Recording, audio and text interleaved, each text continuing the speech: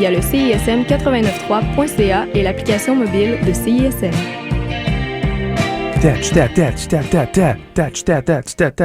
Torse de chenille! Hey, salut! Bienvenue à la grande première de Torse de chenille sur les ondes de CISM 89.3 FM.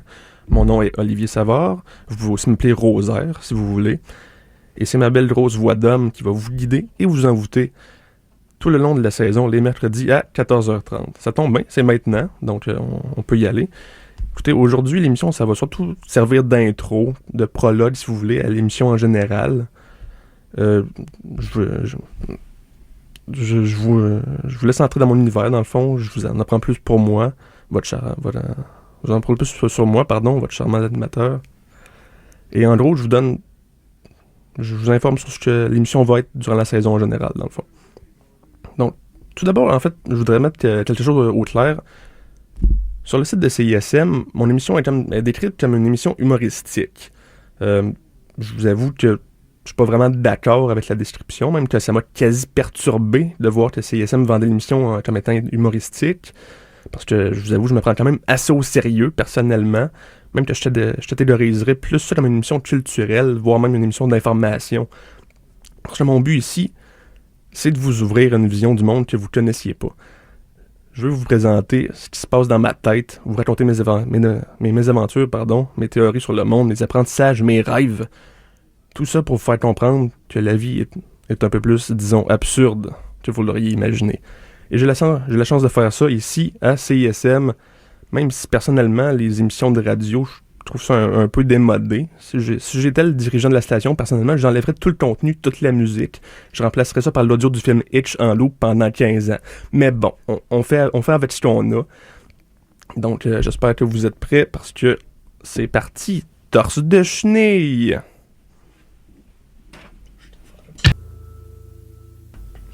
Hey, c'était super assez le fun, ça! Non, c'était pas fini, donnons ça. Bon, on avait ici Chocolat avec Koyaanisqatsi, Katsi, probablement. Avant ça, on avait Yoko Feu avec la chanson Exil. Et avant ça, on avait Le Havre avec Copy Paste. Et avant ça, on avait Rouge Pompier avec Ta peau, tu la brûles. Et avant ça, la première tune de la journée, c'était Fate No More avec From Out of Nowhere, un classique. Donc j'espère que vous avez du fun jusqu'à présent. Pas moi. Ha! Ben non, je vous niaise. J'ai beaucoup de plaisir. Ça aurait été mieux si j'avais pas bafouillé pendant genre 8 ans au début, mais à part ça, ça va. Je me suis pris un smoothie backstage, puis là, tout baigne. Donc écoutez, on va aller prendre un petit break pendant 2 secondes, et ensuite, je vous invite à revenir parce que je vais vous parler de moi. Et je suis un homme très intéressant et charmant, donc je vais vous en apprendre plus sur moi et ma vie pour que vous sachiez à qui vous avez affaire quand vous écoutez cette belle voix mielleuse. Alors, on se revoit tout de suite après le break.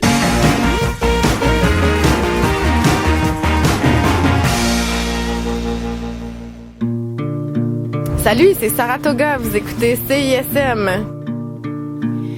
On est de retour en force. Alors, comme c'est notre première émission, je voulais que vous en appreniez plus sur moi, votre charmant et suave animateur. Donc, c'est ce qu'on va faire à l'instant. Je vous présente un top 10 des choses à savoir sur Olivier Savard. C'est moi. Donc, numéro 10. En ce moment, j'étudie à l'Université de Montréal en écriture de scénario et création littéraire, donc c'est un bac. Et je me suis inscrit là-dedans parce que, franchement, je trouvais que comme choix de carrière scénariste, c'était vraiment le choix le plus safe. Écoute, t'écris un film, début, milieu, fin, et voilà. C'est fini en 5 minutes. Après ça, tu t'évaches sur ton divan-lit en mangeant des crottes de fromage pendant qu'on te lance des fleurs pis de l'or. En tout cas, c'est ce qu'on m'a dit. J'ai des sources quand même fiables la majorité du temps, donc je les crois. Puis de toute façon, dans la vie, je me voyais juste faire 3 choses. J'hésitais entre scénariste, astronaute ou devenir le Djibouti. Il a fallu faire un choix. J'ai coté le Djibouti puis les astronautes, là, ça va faire un moment donné. Puis donc, je vais devenir scénariste, mais honnêtement, de toute façon, ça va juste être pendant quelques années parce que mon vrai rêve, c'est d'être engagé comme shérif. Donc, on va voir ce qui arrive avec ça. Numéro 9. Si j'étais un guépard, je ferais probablement un meilleur guépard que les vrais guépards. Numéro 8. Croyez-le ou non, mais je suis ami avec plusieurs célébrités. En fait, mes 2 meilleurs amis au monde, c'est des gens assez connus. Mon meilleur ami, en fait, c'est Christian Bégin, l'animateur. Et mon deuxième meilleur ami, c'est le chanteur Timbaland. Je sais pas si vous le connaissez. Timbaland, alright. Donc, Christian Bégin, lui, j'ai rencontré d'une façon quand même assez intéressante. J'étais à une séance d'autographe de José Di Stasio. Ça se passait dans un vieil entrepôt à un moment donné. Personnellement, moi, j'étais pas là pour son autographe. Moi, j'étais juste allé là pour cruiser. Parce que je trouvais que c'était quand même un pas pire spot. Mais de toute façon, même si j'avais voulu avoir son autographe, j'aurais pas pu l'avoir. Parce qu'il y avait une bonne centaine de personnes qui faisaient la file. Mais même avec ça, José Di Stasio, elle signait même pas les autographes. Elle était trop occupée à jouer au pinball. Comme d'habitude. José Di Stasio. José Di Stasio. Yeah! Bref, c'est ça, elle signait pas les autographes. Donc, mais c'est pas grave, là, j'étais venu là pour cruiser. Anyway, là, à un moment donné, je regarde à ma gauche, puis là, tout à coup, je remarque Christian Bégin, là, qui est subtilement caché derrière des buissons, en disant « curiosité! » Il était venu là pour voler ses recettes à José Di Stasio. Là, je suis moi-même, j'avoue, devenu soudainement curieux à ce moment-là. Là, je me suis approché de Twisby, comme je l'appelle maintenant. Là, il me voit s'approcher. Puis là, il sort de ses buissons. On se regarde pendant un bout. À un moment donné, il me dit « Salut, je m'appelle Christian Bégin. » Là, je lui dis « Salut, je m'appelle Olivier Savard. » Là, José Di Stasio lâche sa machine de pinball, puis il crie « Hey, regardez, c'est Christian Bégin puis Olivier Savard! » Là, la centaine de personnes se ruent sur nous comme si on était les Beatles. Il y a des guitares qui nous apparaissent dans les mains. La foule est en délire. Tout le monde capote sur nous. Par contre, on savait ni un ni l'autre comment jouer de la guitare, honnêtement. On a essayé de souffler dessus un peu. Ça n'a pas fait grand-chose. On a un peu perdu la foule, je vous avoue. Mais c'est pas grave, ça a marqué le début d'une belle amitié entre Twisby et moi. Donc, la même journée, on est parti faire un road trip au Saguenay. On a sonné à des portes de maison, puis on s'est sauvé avant que quelqu'un réponde. C'était magique, on a fait ça toute la journée. Donc, c'était un bien beau voyage. J'avoue qu'on a fini par se faire kidnapper dans ce voyage-là. Mais bref, ça, c'est une histoire pour une autre fois. Je vous donnerai pas toutes mes punches tout de suite. Il y a aussi Timbaland, comme j'ai parlé, mon partner in crime. Je dirais que Twisby, ces jours-ci, ça sonnait quand même excitant, je viens de vous raconter, mais ces jours-ci, on se voit pas mal juste pour jouer à Dreamcast. Fait que Timbaland, lui, c'est mon gars de party. C'est avec lui que toutes les aventures arrivent ces temps-ci. Je me rappelle notre première rencontre. J'étais assis dans le parc en train de lire le grand cahier. Puis là, tout à coup, je reçois une touche Beyblade en plein visage. Là, je le regarde. C'est Timbaland qui me dit « Salut, veux-tu venir jouer avec moi? » Là, je me rappelle d'absolument rien de cette journée-là. Je me rappelle juste que le lendemain, je me suis réveillé, recouvert de gelée de pommes, puis je savais que je venais de me faire un ami pour la vie. Donc, c'est ça, c'est mes 2 best buds. Je suis aussi ami avec Charles Lafortune, Mère Teresa, j'ai côtoyé Norman Brathwaite, Sonia Benezra, etc., etc. Les célébrités sont attirées par moi, je sais pas trop pourquoi, je vais peut-être le savoir un jour. Donc, bref. Numéro 7. Je bouge mes coudes. En ce moment, je les bouge. Je sais pas si vous l'entendez, mais je bouge mes coudes. Numéro 6. Il n'y a pas beaucoup de monde qui savent ça chez moi, mais je suis présentement le champion incontesté de pool de la ville de Drummondville. C'est vrai, je vous le jure. Je suis absolument le meilleur joueur de pool de cette ville-là. J'ai gagné la ceinture il y a un petit bout déjà. Et je suis vraiment un champion exceptionnel, faut que je vous avoue. C'est une ceinture avec beaucoup de prestige, de classe. Je veux dire, même Mick a été champion. En fait, c'est magique comme ceinture. Donc, depuis le début de mon règne, je l'ai défendu contre Twisby, contre Timbaland, contre une meute de loups. Puis même, je me suis déplacé en Russie pour la défendre contre Vladimir Poutine. Celle-là, par exemple, je l'ai pas gagné techniquement, je l'ai perdu par disqualification quand j'y ai lancé de la sauce spaghetti en pleine gueule en criant « Poutine Michigan! Poutine Michigan! » Il a failli déclarer la guerre contre le Canada par ma faute, mais j'ai su arranger ça. Bref, numéro 5. À part la ceinture de poule, malheureusement, j'avoue que j'ai pas gagné grand-chose dans ma vie à date. Écoute, je me suis déjà inscrit à un concours de Smash Bros. J'ai fini bon dernier. Je me suis déjà inscrit à un concours de Mario Kart. J'ai fini troisième, c'est pas pire. Je me suis déjà inscrit à un concours de rentrage de rotules dans un pot maçon. Celui qui rentre le plus de rotules gagne. Puis j'ai failli gagner. Mais encore une fois, j'ai été disqualifié parce qu'on m'avait pas dit que j'avais pas le droit de tremper les rotules dans l'eau pour les ramollir. C'est quoi cette affaire-là? Il va falloir changer ça, cette arrêt-là. Ça m'a fâché, je vous avoue. Numéro 4. Mes atomes sont tout bleus. Numéro 3. Il y a quelques années, j'ai accompli un de mes rêves. C'est le rêve de plusieurs personnes, sûrement. J'ai rencontré une licorne il y a quelques années. Puis, je pense que je peux pas raconter ça en ondes, ce qui s'est passé ce jour-là. Mais je vous dirais que... Disons que je regarderai plus jamais les bords Klondike de la même manière. Numéro 2. Je suis beau à l'intérieur comme à l'extérieur. Et numéro 1. J'ai un secret noir. Un secret qui vous fera frissonner jusqu'au plus profond de votre âme. Un secret qui vous fera déchirer votre propre âme et la déposer dans le néant. Et je vais vous le dire à la fin de l'émission. Il va falloir rester jusqu'à la fin pour le savoir. Alors à ce moment, on s'en va en musique avec les 3 accords.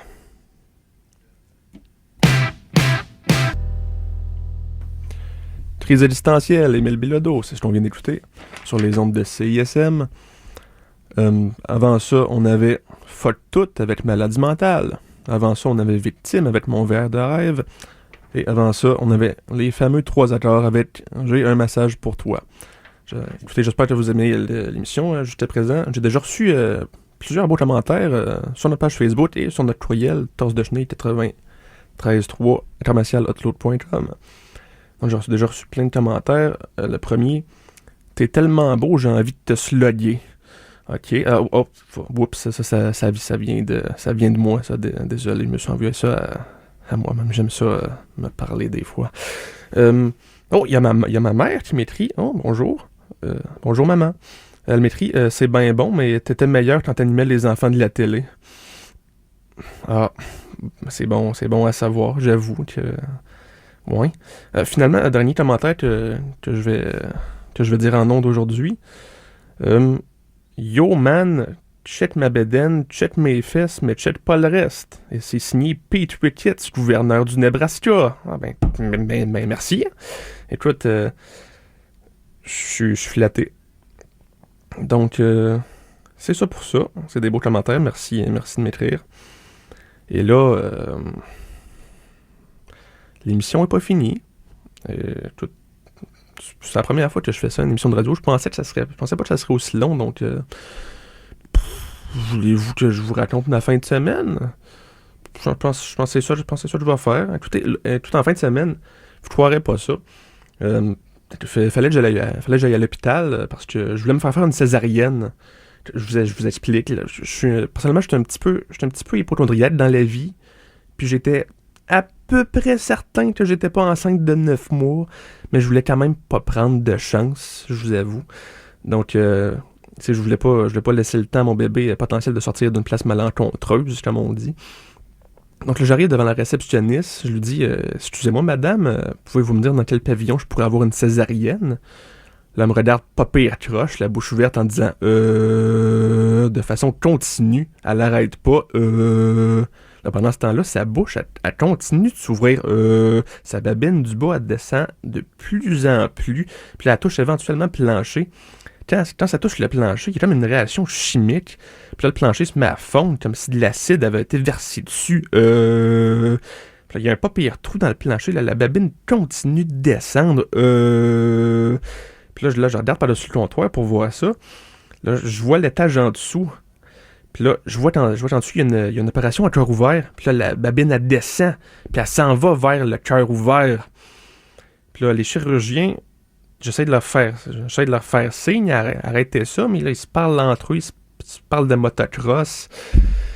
Non, ils remarquent pas. Donc là, finalement, la babine touche direct le cœur de la personne opérée. Heureusement, cette fois-là, ça ne crée pas de trou. Mais là, la babine, elle arrête de baisser, au moins. Mais là, la babine, elle se met à fusionner assez rapidement avec le cœur. Puis là, ça commence à faire des petits feux d'artifice. Là, c'est là que les chirurgiens ils remarquent ça. Là, ils se mettent à s'engueuler entre eux autres. Pourquoi t'as pas empêché ça? Ben là, c'est toi. Non, c'est toi qui aurais dû. Tu sais, les affaires que les chirurgiens disent, là. Donc là, écoutez, moi, je me vante pas. Je suis juste un homme ordinaire, mais je suis assez fantastique et je peux régler toute situation. Donc, je me suis dit, je vais intervenir. Donc là, je descends la babine comme un poteau de pompier, puis j'arrive à l'étage. Je demande aux chirurgiens s'ils ont des idées pour arranger ça. Là, ils me disent à l'unisson, non, arrange-toi, je m'en vais prendre ma retraite live drette là, partir dans mon manoir en Beauce, puis flatter des pieds de chat jusqu'à leur extinction. Entre autres, j'ai d'autres projets, mais tu le sauras en temps et lieu, je nomme... Mais là, malgré leur speech, ils s'en vont pas, puis là, ils se mettent à me fixer sans expression, sans dire un mot. Fait que là, je me dis, c'est vraiment à moi d'arranger ça.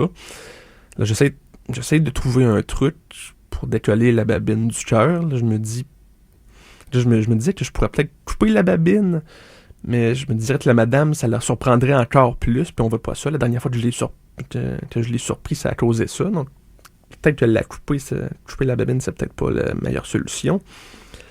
Sinon, j'essaie quelque chose. Là, je me mets à masser le cœur. Je me mets à le masser près d'où la babine a fusionné. Lentement, délicatement, je masse. Le cœur éclate comme une gomme ballon.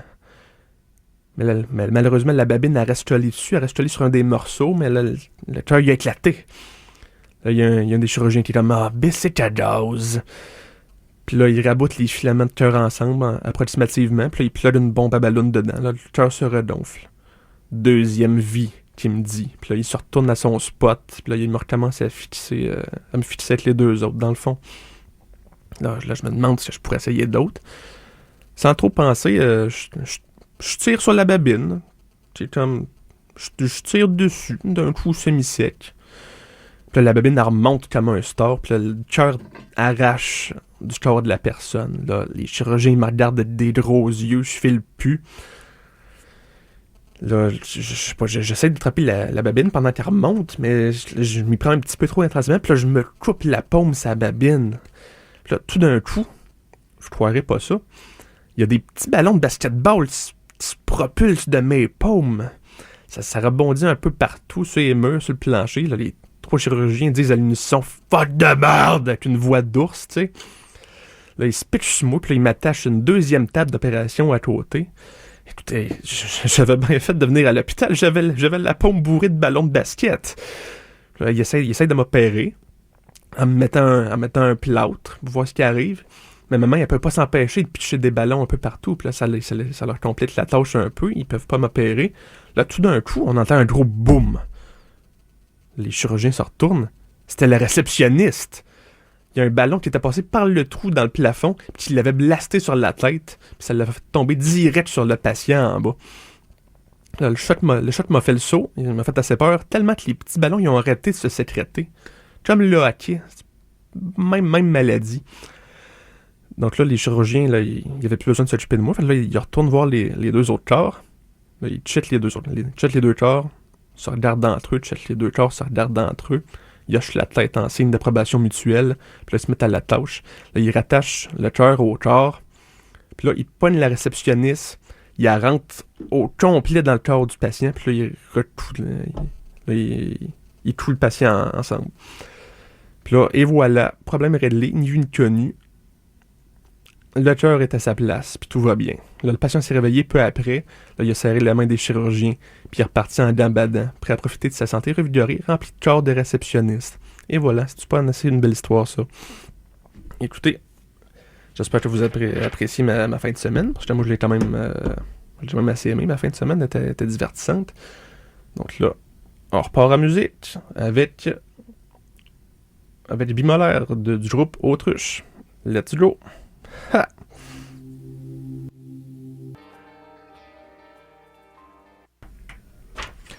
Dimitri de Bardot. C'est ce qu'on vient d'entendre. Chanson de 6 minutes. C'est long, ça. Mais c'est bon. Avant ça, on avait Carapace avec la chanson La 1. Avant ça, on avait Vulgaire avec Immobile Toi. Et avant ça, on avait Autruche avec Bimolaire. En ce moment, j'aimerais ça profiter de ce temps-là de l'émission pour vous demander avez-vous déjà vu ça, Espion en herbe 2? On y va en musique avec Maxime Gervais, X-Files. Désastre, les Delaware Chuck, sur CISM 89.3 FM. Avant ça, on avait Tintamarre avec Sa part, ça rime. Avant ça, comme je vous avais dit, on avait Maxime Gervais avec X-Files.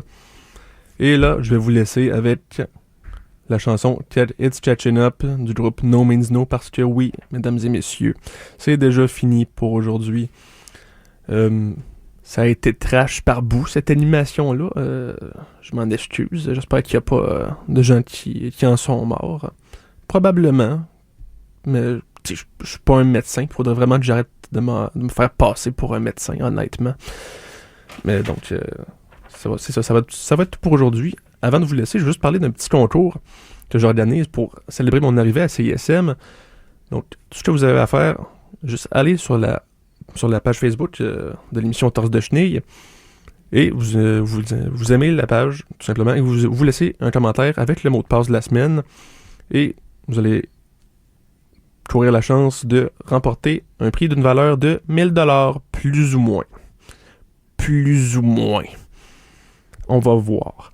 Donc, c'est ça, vous avez juste à rentrer le mot de passe de la semaine et liker la page. Et donc, le mot de passe de la semaine, c'est la jambe en gingembre. Je répète, la jambe en gingembre.